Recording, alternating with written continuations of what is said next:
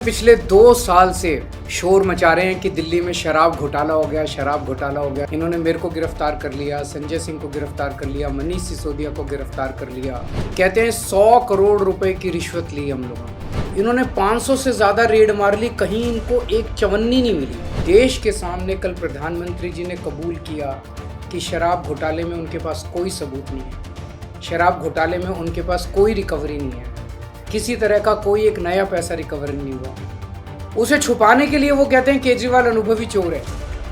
तो आपकी सारी सीबीआई निकम्मी है, आपके सारे सीबीआई ऑफिसर्स निकम्मे हैं, आपके सारे ईडी ऑफिसर्स निकम्मे हैं। वो तो एक बहाना है अपनी गलत गिरफ्तारी को जायज ठहराने का कि केजरीवाल अनुभवी चोर है।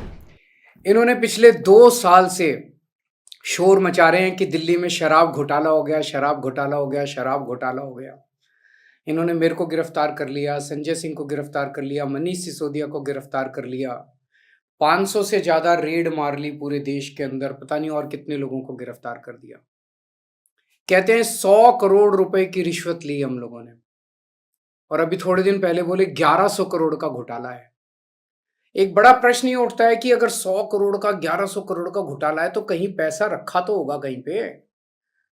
इन्होंने 500 से ज्यादा रेड मार ली, कहीं इनको एक चवन्नी नहीं मिली। हमने कहीं खर्च तो किया होगा। इन्होंने इतनी रेड मार ली, कहीं कोई खर्चे का हिसाब किताब नहीं मिला। इस 100 करोड़ का, 1100 करोड़ का कोई ज्वेलरी खरीदी होगी, जमीन खरीदी होगी, प्रॉपर्टी खरीदी होगी, कहीं कैश मिलेगा, कहीं बैंक अकाउंट, कहीं कुछ नहीं मिला, एक धेला नहीं मिला कहीं पे।